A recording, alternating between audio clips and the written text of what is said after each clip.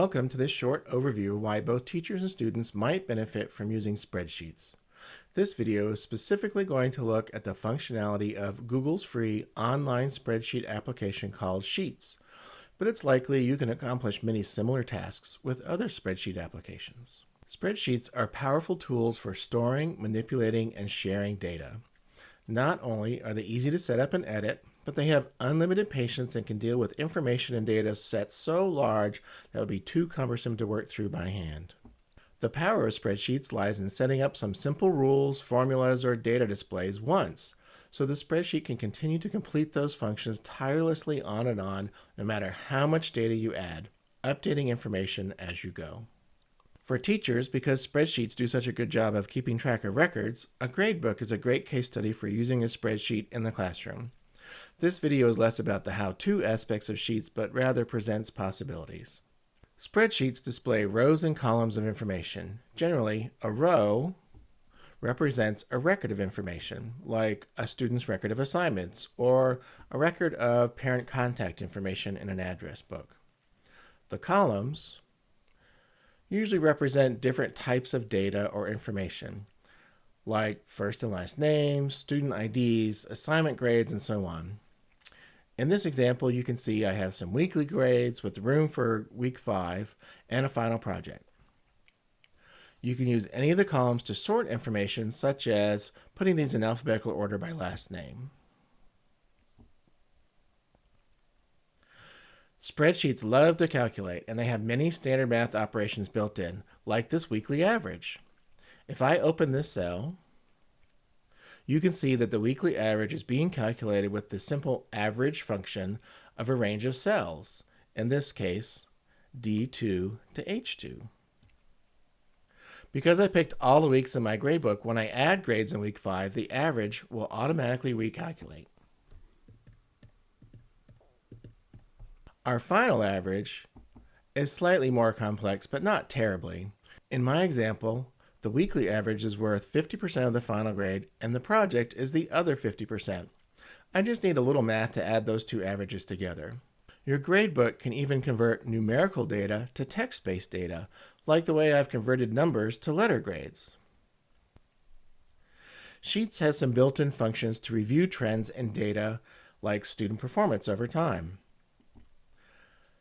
In this sheet, I'm going to add a function called a sparkline.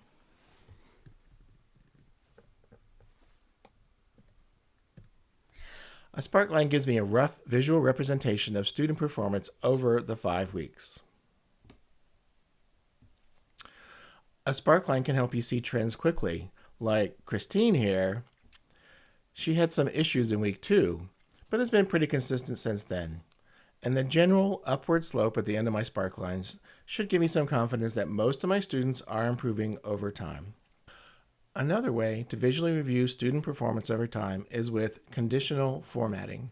It's easy to select a range of cells and use the conditional formatting function to create a range of colors to show students who may need some extra help.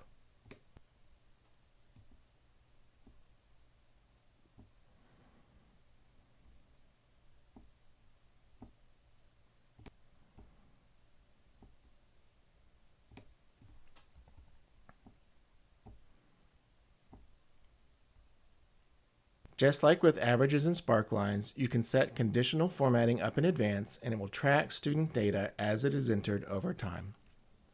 Or maybe you're a chart kind of person. In this example, I've hidden all the data except final grades. Sheets has an option to select some data of interest, perhaps my final grades, and use the Explore function to quickly analyze different aspects. I'm interested in how many students received each grade, so I can type distribution of grades,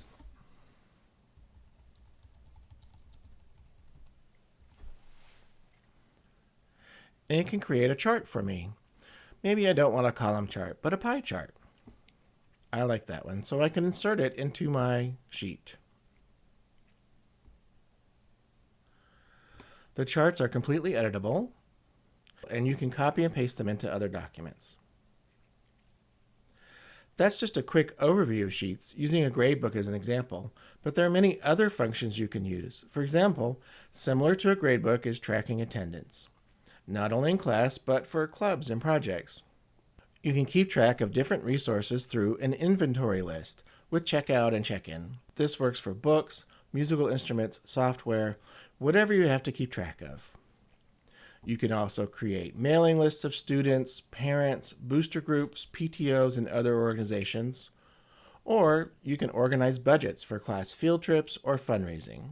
Students, too, can use Sheets to support their learning, like creating their own personal grade or assignment tracker, so they don't have to keep coming to you and asking you what their grade is. They can also create to-do lists or use Sheets as a project management tool to help assign work and group projects and monitor what's being accomplished when. Sheets can also be used to manage reference lists and create shared reference lists on hot topics that groups are studying with others in their classroom. The sheet serves as a collaborative, annotated bibliography of the best references. The elements can be combined into your favorite citation format. As students take notes, they can quickly enter quotes or other information and link it to one of their references. I'm sure there are many other ways to use Sheets that you and your students will discover. Hopefully this short video has given you some ideas of what Sheets can do for you and your students.